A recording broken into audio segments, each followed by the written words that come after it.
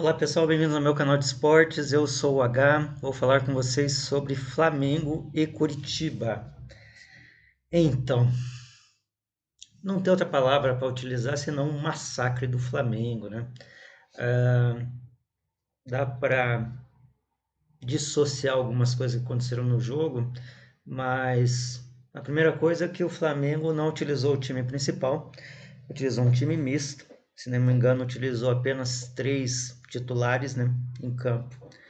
Ah, o Flamengo ganhou como quis, jogou quando quis e o Curitiba não deu nenhuma possibilidade de mostrar que havia um rival do outro lado de campo, porque um, em lances primários, né, o Flamengo conseguiu fazer dois gols de escanteio. Não é que seja incomum acontecer, mas foram os dois escanteios seguidos, dois gols. Falha de marcação absurda, né? A zaga do Curitiba não tem se mostrado uma grande zaga desde o início aí do ano. Tem tomado muitos gols e tal. Agora com a resolução aí do caso Cerutti, talvez no meio do ano aí, já estamos no dia 16, né? Se não me engano, a janela abre aí no dia 18. Talvez o Curitiba possa contratar aí pelo menos um bom zagueiro, né? Ou um bom volante, porque essa formação tá complicada. O Curitiba não para de tomar gols.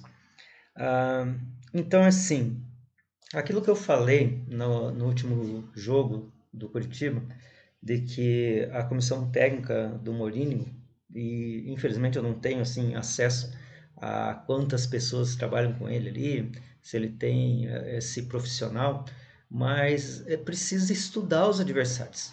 Você precisa saber qual é o poder de fogo do seu adversário, qual que é o sujeito que trabalha melhor, qual que é o lado mais forte, quem que defende melhor, qual seria supostamente o ponto fraco e explorar esse ponto fraco. E você precisa armar o time de acordo com o adversário. Hoje o Curitiba jogou no 4-3-3, mas com dois centroavantes. Eu, sinceramente, tenho muita dificuldade de entender como é que você faz um 4-3-3 com dois centroavantes, né? Afinal de contas, o 4-3-3 clássico você utiliza dois pontos, um de um lado, outro do outro, centroavante no meio, você faz uma jogada para um lado, faz jogada para o outro, cruza para o centroavante. Se você tem dois centroavantes, você só faz jogada de um lado.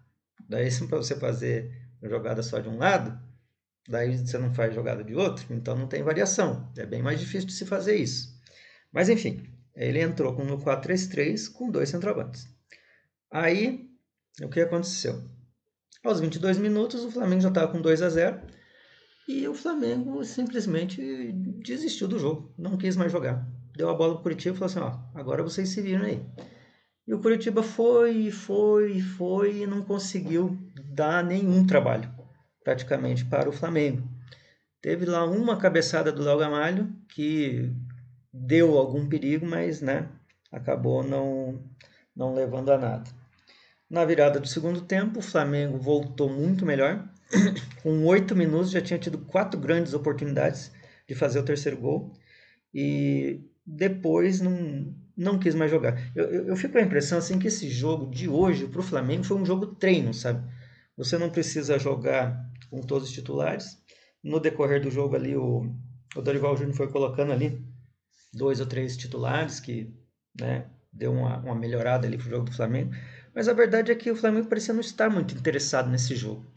Porque eu acho que ele já sabia que o jogo estava resolvido. Porque terminou o jogo 2-0 e não houve realmente nenhum momento em que o Flamengo pudesse pensar assim, poxa, eu corro algum risco de perder esse jogo. Não, acho que nunca passou isso pela cabeça deles. E aí o Morínigo, do seu lado, né, ele poderia ter colocado o Natanael mais cedo para tentar ajustar ali a questão do meio, mas ele colocou ali no final do jogo. Aí ele pegou um desses centroavantes, tirou, botou a Aleph Manga para fazer o 4-3-3 clássico, aquele que talvez devia ter começado desde o início. E o Aleph Manga fez uma grande jogada, botou uma bola na trave, mas nessa oportunidade o Léo Gamalho estava livre, ele podia ter passado, mas ele preferiu chutar. Então é assim, que eu posso dizer, né? O Coritiba realmente não tem condições de enfrentar o Flamengo, né? Como eu disse ali no vídeo anterior do Atlético Paranaense, a superioridade técnica do Flamengo é absurda, né? Então o Coritiba só poderia aprontar para cima do Flamengo se houvesse uma disposição tática e não técnica, porque tecnicamente realmente o Flamengo era superior. Mas não houve essa disposição tática e realmente o Coritiba não deu trabalho ao Flamengo. Aí vem aquela questão que os torcedores do Coritiba começam a perguntar, né? O Morínigo é técnico do Coritiba? O Morínigo é técnico de primeira divisão? Isso quem tem que responder é a diretoria do Coritiba, né? Eu não vou ficar fazendo propaganda para retirar técnico, porque não é esse o meu objetivo aqui no canal. Mas eu acho que tem que melhorar em alguns aspectos, como eu venho dizendo aí nos últimos jogos. O Mourinho precisa fazer esse estudo, porque ele, como paraguaio, até há uma certa brandura, né, em relação a isso. Talvez ele não conheça alguns times aqui do Brasil, mas ele já está aqui há 1 ano e meio. Ele enfrentou a segunda divisão, não enfrentou a primeira, mas era o caso de alguém da comissão técnica dele ou alguém do Curitiba apresentar para ele quem são os grandes times aqui do Brasil. Ó, esses times é complicado, esses times a gente não tem material suficiente para bater de frente. Então a gente tem que jogar com a tática, né? Então você tem que trabalhar a tática para evitar vexames. E para sorte dele não houve um grande vexame, porque o Flamengo tirou o pé. Se o Flamengo resolve jogar, hoje seria uns 8-0 tranquilamente. É que eles realmente não quiseram, né? 2-0 tá bom, já ganhamos 3 pontos, agora é segurar, tal. O Diego Ribas jogou o jogo todo sem nenhuma marcação, né? Ele que já foi um grande jogador, né? Agora tá ali passando o seu final de carreira no Flamengo, né? Quase aposentado. E hoje ele jogou como quis, driblou, fez gol, né? Fez passes, recuou, defendeu. Ninguém chegou no Diego Ribas. E a criação do Curitiba deixou muito a desejar. O que acontece é que assim, quem assistiu esse jogo, principalmente o torcedor do Curitiba, viu desde o início até o final que não havia nenhuma possibilidade do Curitiba fazer pelo menos um gol, né? Sofreu, torceu, pensou que poderia, mas a verdade é que sabia que aquele time não era um time confiável. O time de hoje, esse time desse momento. Pode vir a ser um grande time? Pode voltar a ser um time confiável? Pode. Mas a verdade é que, como eu falei, a diferença técnica é muito grande. Foi a mesma sensação, digamos assim, que o torcedor do Curitiba teve com o Curitiba frente ao Palmeiras, né? Não havia condições de enfrentar um time daquele galardão, daquela capacidade. Mas aí o que você faz quando você é um time sem tanta capacidade para enfrentar um time grande como esse? Ou você trabalha muito bem a sua defesa e tenta jogar nos contra-ataques, ou você faz aquele estudo que eu falei para vocês, de saber os pontos fracos do time grande, porque um dos pontos fracos do time grande é que o time grande não marca, né? Não costuma marcar. Então você tem que saber exatamente qual é a parte, né? A esquerda, a direita, o meio, que é mais fraco e botar ali um ou dois jogadores ali para puxar contra-ataque, jogadores rápidos e tal, como o Igor Paixão. O Paixão é um jogador muito rápido. Então, se você tem alguém para fazer uma tabela com o Igor Paixão, talvez você tenha alguma condição de fazer gol, né? E saber que contra esses times você vai ter uma, duas, no máximo 3 oportunidades durante o jogo para você fazer o gol. Então, teve oportunidade, tem que fazer.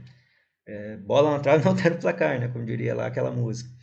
É, então, eu acho assim que o Mourinho ele falha nesse aspecto, de não estudar os adversários. Ele poderia fazer melhor, mas ele não faz. Aí é coisa dele, né? Não sei se realmente esse é o jeito dele, não sei se ele vai mudar ou se ele pensa em evoluir nesse aspecto. E com isso, o Curitiba acaba tendo muita dificuldade. Pode entrar de novo na zona do rebaixamento. Vai ter 3 adversários, se não me engano, que ainda vão jogar e que podem tirar o Curitiba da posição em que ele está. Depois, na quarta-feira, tem o Corinthians, lá em Itaquera. Não vai ser fácil também. e a situação pode ficar mais difícil ainda. E aí, qual será a atitude da diretoria? Aí pode tirar o Mourinho, tira o Mourinho. Não é tão absurdo. Principalmente nessa sequência aí de jogos que chegou a 10 jogos com apenas uma vitória. Pode chegar a 11 com apenas uma vitória. Então, vai ser bem complicado de segurar o cargo do Mourinho. Mas, tira o Mourinho. Aí bota quem? Não sei, complicado. Mas vai ter que colocar já na virada do turno um técnico sabendo que virá para lutar para não cair. Porque no início do campeonato, apesar desse seu objetivo, você tem uma certa esperança de que haja um outro tipo de briga, né? Mas em sair no Mourinho, se não sair agora, ou sair na quarta, pode pegar a equipe na zona de rebaixamento e daí é briga todo o jogo, né? Para tentar evitar essas quedas. E aí vai ficando complicado, né?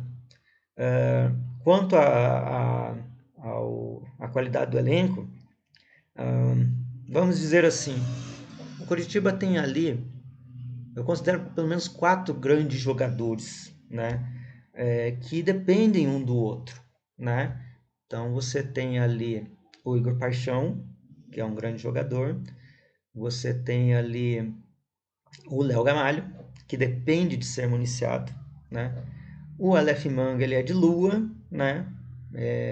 Não sei se ele é um grande jogador, mas ele já fez grandes jogos, né?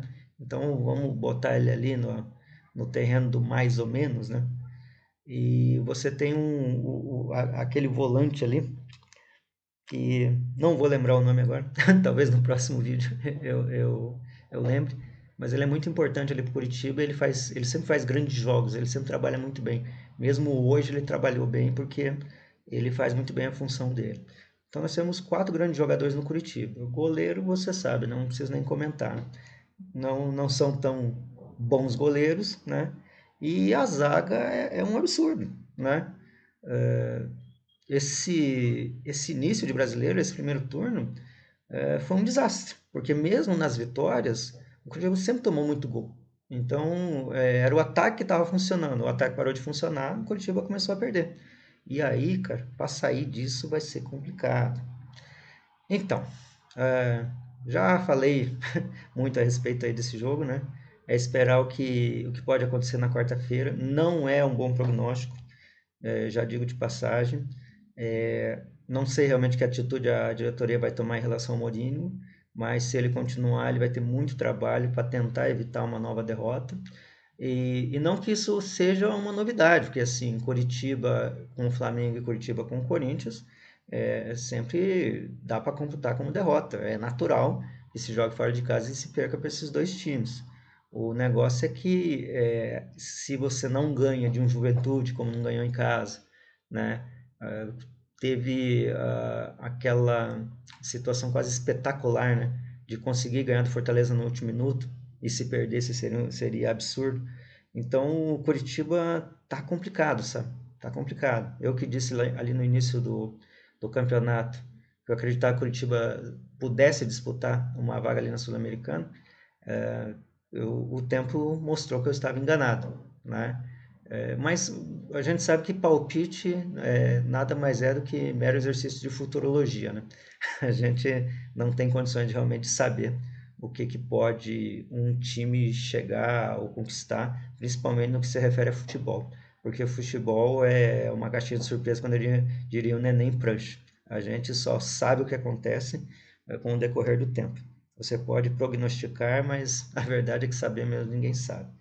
E aí esperar o que o Curitiba ainda possa fazer nesse campeonato e se mudar o técnico, que venha alguém que possa realmente tirar a máxima essência desses jogadores e levar o Curitiba a um lugar melhor do que está hoje. E se não, que o próprio Mourinho possa achar o seu caminho aí e ter algumas ideias luminosas, né, para tirar o Curitiba dessa situação que pode vir a enfrentar até o final dessa rodada. Inscreva-se no canal, favorite, positive o vídeo, divulgue nas suas redes sociais. Se gostou do que eu falei, comente aqui embaixo. Não gostou, diga a sua opinião a respeito. Se você vê alguma coisa que eu não vi, fale também aí, fique bastante à vontade para dizer a sua opinião. E eu vou continuar falando aqui dos times do Paraná, conforme eles foram jogando aí o Campeonato Brasileiro.